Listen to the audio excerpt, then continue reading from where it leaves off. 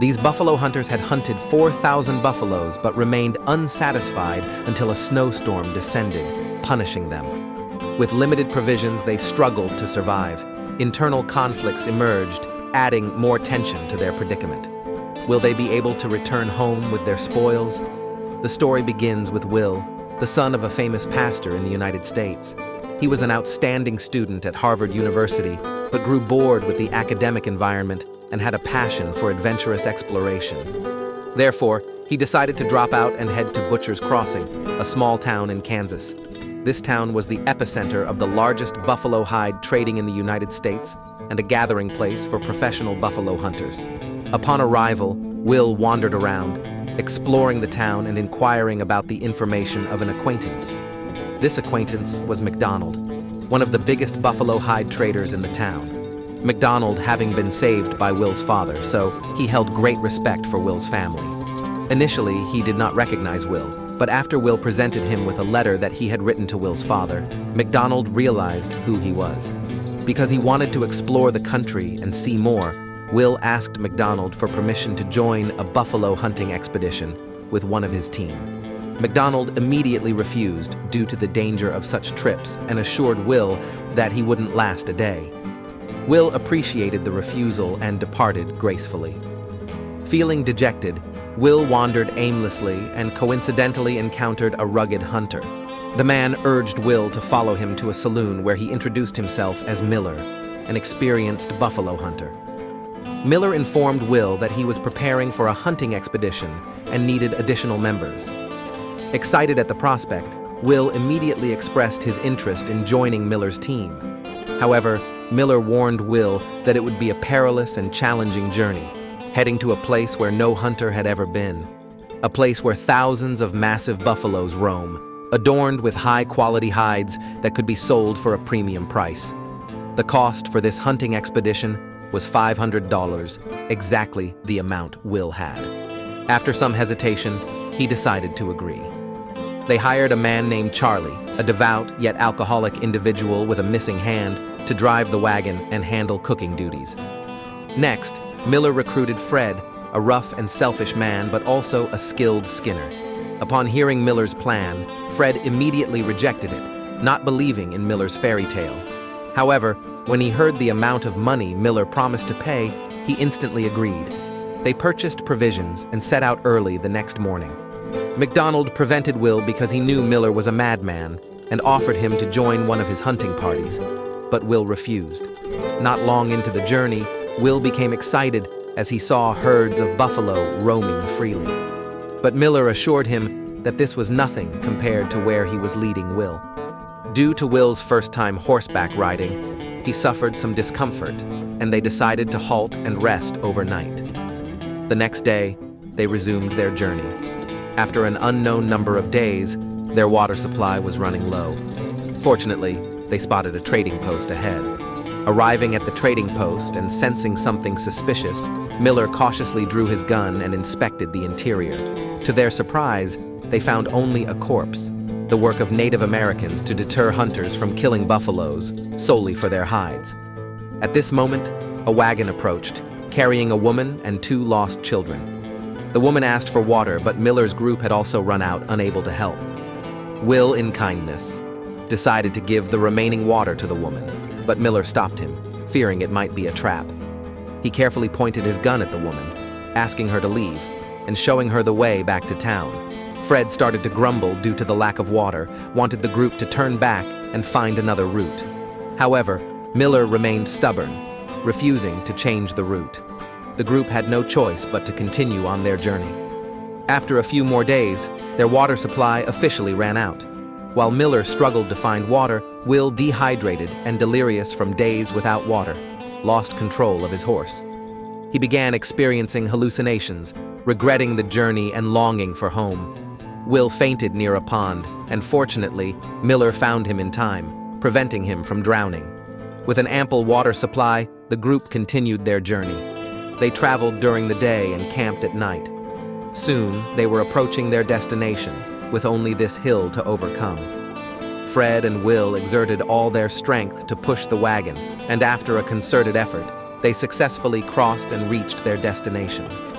The group was overwhelmed by the majestic scenery and the massive herds of buffalo in motion, just as Miller had described, bringing great joy to Will. They set up camp and celebrated with a meal after the long journey. Miller began preparing ammunition for the upcoming hunting expedition, also taught Will how to kill a buffalo by aiming for its lungs. Both of them set out for the hunt, and Miller quickly spotted a herd with thousands of buffalo nearby.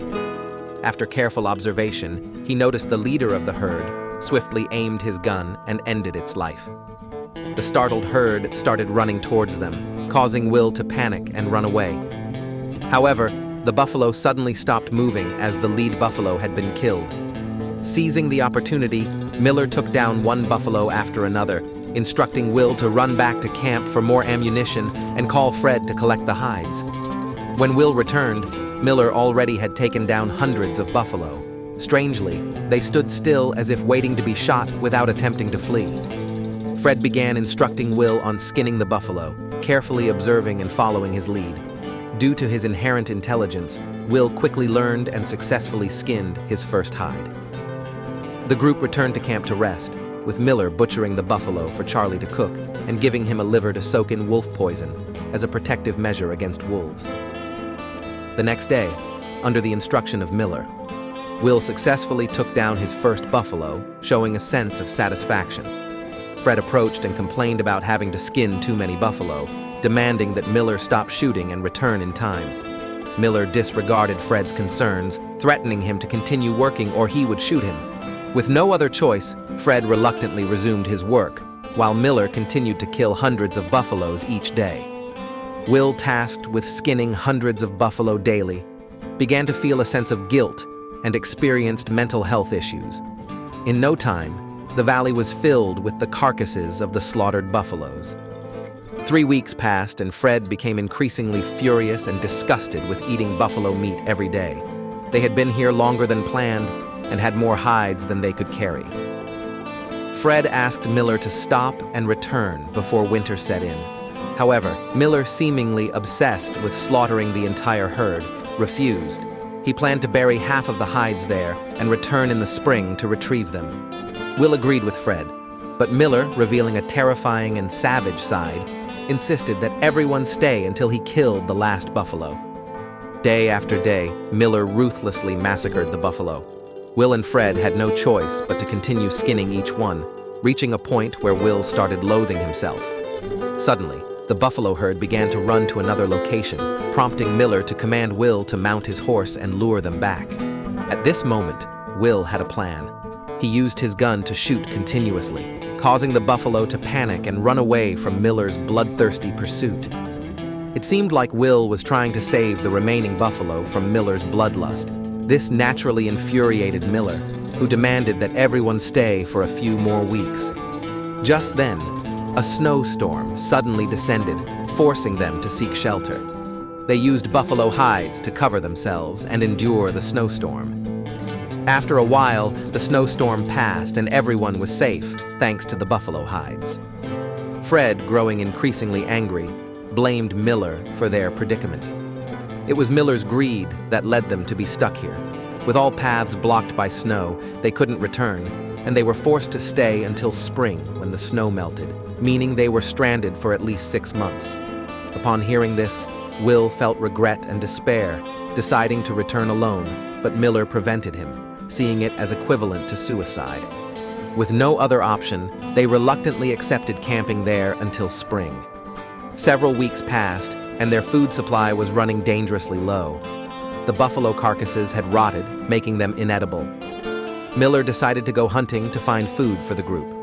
Taking advantage of Miller's absence, Fred spoke privately to Will, suggesting that Miller had gone insane and they should secretly leave together. Otherwise, they would both die, but Will refused. This infuriated Fred, and that evening, he stole Charlie's Bible, mocking his faith, and tossed it into the fire. Fortunately, Charlie retrieved it in time, creating animosity between him and Fred. That night, Charlie decided to take revenge on Fred by using wolf poison in his food. Luckily, Fred didn't die, and only experienced mild stomach pain. Several months passed, and spring was approaching with most of the snow melted. the group decided that the next day, they would start their journey back home. That evening, as Charlie was planning to put wolf poison into Fred's food, Fred caught him in the act. Realizing he had been slowly poisoned all along, Fred, furious, attacked Charlie. He relentlessly punched Charlie in the face until Miller and Will appeared, but it was too late as Charlie had stopped breathing. Fred explained that Charlie had been poisoning him for a whole time. In anger, Miller aimed his gun at Fred, but he couldn't bring himself to pull the trigger because that without Fred, they wouldn't be able to bring the hides back. The next morning, Miller carefully buried his longtime friend, Charlie. Afterward, the group decided to bring only 1,700 hides with them and bury the remaining 3,000 here, with the intention of returning later. However, even 1,700 was still a large number, making transportation extremely difficult. After struggling for a while, they finally managed to bring it out of this valley. Miller seemed pleased with this triumph, but Will still felt regret and pity for the buffalo. They were now close to returning home, with only one hill left to cross. Unexpectedly, the horse's reins broke, causing the wagon to slide down the slope. Fred and all 1,700 hides fell off the cliff. Miller and Will could only stand there in silence, knowing that words would not change the situation. Both rushed to Butcher's Crossing quickly, hoping to get another wagon to go back for the remaining 3,000 hides. However, upon arrival, the place was now deserted, with no sign of anyone. Will and Miller went to McDonald's store and informed him of the success of their hunting trip. He was surprised, thinking they had died. At this point, Miller wanted him to buy the remaining 3,000 hides for $4 each, but McDonald just laughed. It turned out that the buffalo hide market had completely collapsed, with each hide now worth as little as 10 cents. That's why people had abandoned the town. If Miller had brought the hides back as planned the previous year, things might have been different. Enraged, Miller pulled out a knife and threatened McDonald to buy the hides, but at this point, McDonald had nothing left. Just as Miller was about to act, Will intervened, and Miller, furious, walked away. McDonald then asked Will if the hunt was worth it, and Miller just laughed, saying he had seen what he needed to see, and walked away. On that evening, as Will was preparing to leave this place and return home, he saw a large fire. It turned out that McDonald's entire leather store had been set ablaze, and the culprit was none other than Miller. Everyone could only stand and watch, afraid to confront this madman. After the fire was extinguished, Miller rode away on his horse. The movie concludes here, leaving us with the lesson that in life, it's crucial to know when to stop. One should avoid excessive greed, as it may lead to significant consequences in the future. If you enjoy it, please like and subscribe to support my channel. Thanks for watching.